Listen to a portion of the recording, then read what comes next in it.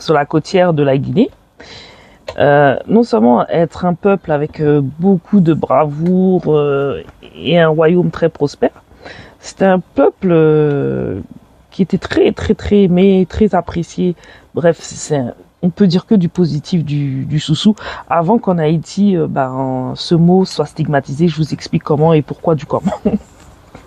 Malheureusement, avec le temps, l'ethnie si bien convoitée et qui est encore bien convoitée, c'est une très belle ethnie, les Soussous. C'est une fierté d'être Soussou parce qu'il y a une histoire à raconter en Guinée. Chaque ethnie en Guinée a son histoire à raconter. Mais pour revenir à Haïti, avec le temps, les années, malheureusement, le mot Soussou, l'ethnie Soussou, mais pas en soi, c'est pas l'ethnie vraiment. Voilà, parce que c'est difficile de dire Soussou parce que oui, c'est devenu une moquerie avec le temps. C'est devenu une stigmatisation de dire Soussou avec le temps. Mais elle reste toujours une ethnie, une très belle ethnie. Mais pour l'haïtien, en fait, le mot Soussou est devenu synonyme de moquerie avec le temps, de moquerie et voilà, presque d'insulte. Parce qu'après, ça dépend comment votre interlocuteur peut prendre le mot. Si je vous dis son petit Soussou, si je dis toi t'es un petit Soussou, pour retraduire en français mon mot en créole, tout dépend comment vous pouvez l'interpréter. Mais c'est synonyme maintenant, le mot Soussou, c'était une ethnie, c'est toujours une ethnie en Haïti, est devenu un synonyme de critique chez l'haïtien maintenant. Je vous explique pourquoi, du comment et qu'est-ce que veut dire Soussou en bon créole haïtien. Donc le mot Soussou aurait changé de sens pour expliquer donc une personne qui se comporte mal, quoi. Donc il y a plusieurs hypothèses pour expliquer ce mot. Et pourquoi au jour d'aujourd'hui les Haïtiens, voilà, il y a plusieurs hypothèses pour raconter cette histoire. Pourquoi au jour d'aujourd'hui ce mot au XXIe siècle il sort comme une forme de critique, de moquerie.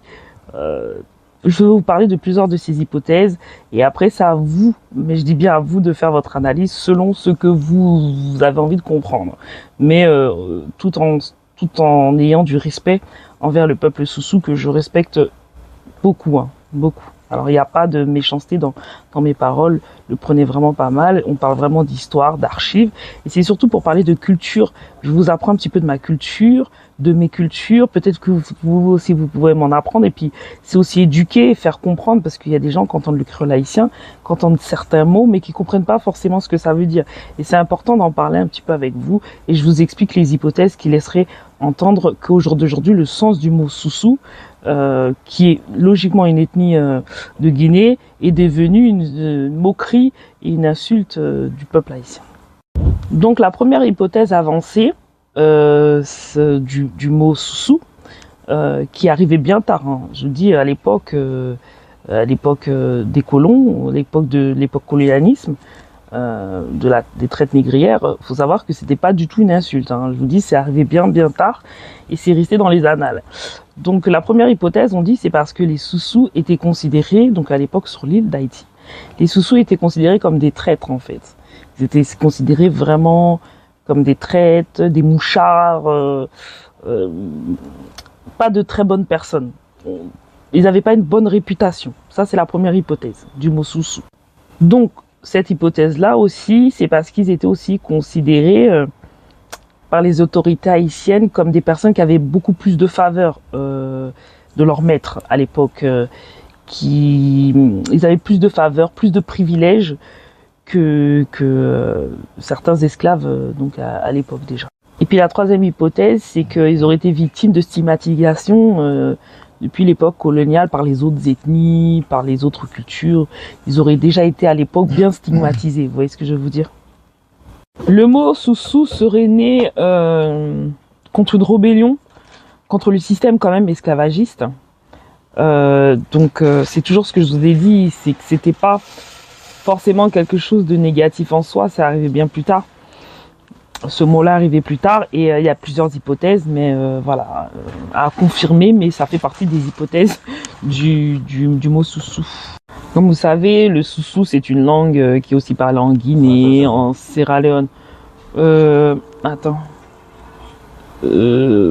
y a trop d'eau là.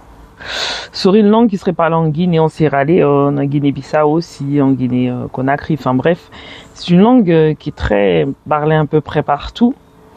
Et aussi en Haïti quelque part, même si c'est pas vraiment le soussou, elle base sa linguistique sur aussi le soussou, comme sur le yoruba, comme sur le fon, comme sur la langue béninoise.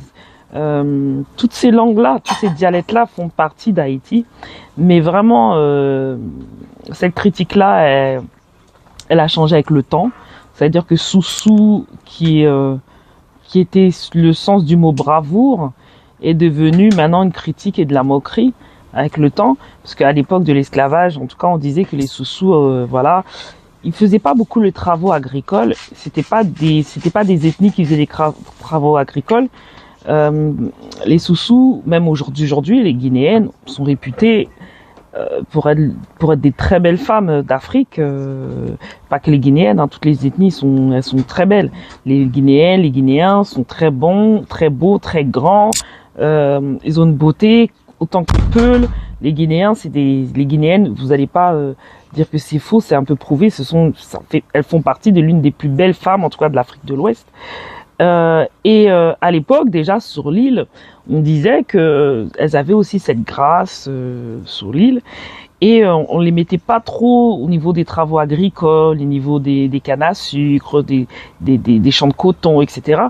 On prenait plutôt l'ethnie guinéenne, pas mal de personnes donc d'origine guinéenne d'ethnie, et elles faisaient donc des travaux plutôt domestiques, c'est-à-dire à la maison, servir les colons, servir quand ils avaient des réceptions dînatoires, voilà, garder les enfants, voilà, et les autres ils avaient plus de travaux un peu plus difficiles et coriaces, et voilà. Alors, est-ce que ça n'a pas créé aussi une stigmatisation de jalousie, parce qu'ils étaient très proches des colons, on les entendait pas, ils faisaient pas trop des cartades, ils étaient plutôt trop proches, et je pense que ça a créé une paranoïa dans la tête à l'époque coloniale des esclaves, et ça a créé donc cette division, cette stigmatisation.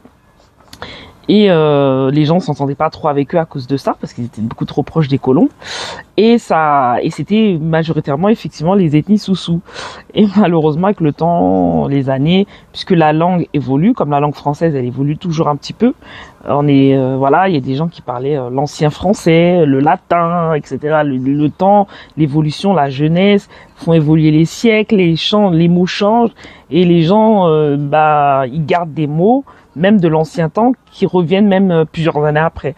C'est un peu ce qui se passe avec le mot soussou. C'est des bases anciennes sur une ethnie vivante au jour d'aujourd'hui, qui stigmatisée d'époque, et même maintenant un peu aujourd'hui, mais un peu moins. On peut pas dire qu'au jour d'aujourd'hui, le peuple haïtien, quand il te traite de soussou, il a du racisme contre le Guinéen. Parce que lui-même, il sait peut-être pas dans son sang, il a peut-être du guinéen. C'est pas un racisme en soi. C'est l'histoire racontée qui laisse dans la tête de certaines personnes ce petit mot-là, cette petite stigmatisation qui est restée. Et au jour d'aujourd'hui, un Haïtien, quand il traite de soussou, c'est pas bon du tout. Voilà pourquoi j'avais envie de raconter cette histoire, parce que tout le monde la connaît pas, et puis j'ai trouvé que c'était sympa d'expliquer un petit peu d'où venait le mot soussou. Voilà. Sinon, je vous adore, j'adore le peuple guinéen. Moi, je suis guinéenne, j'aime les Guinéens, j'ai rien contre les Guinéens, mais c'est vraiment, comme je viens de vous dire, c'est vraiment, je raconte une histoire comme j'aurais pu raconter sur d'autres pays. Hein. Il y a rien de mal en soi, mais l'haïtien, quand il te dit sale soussou,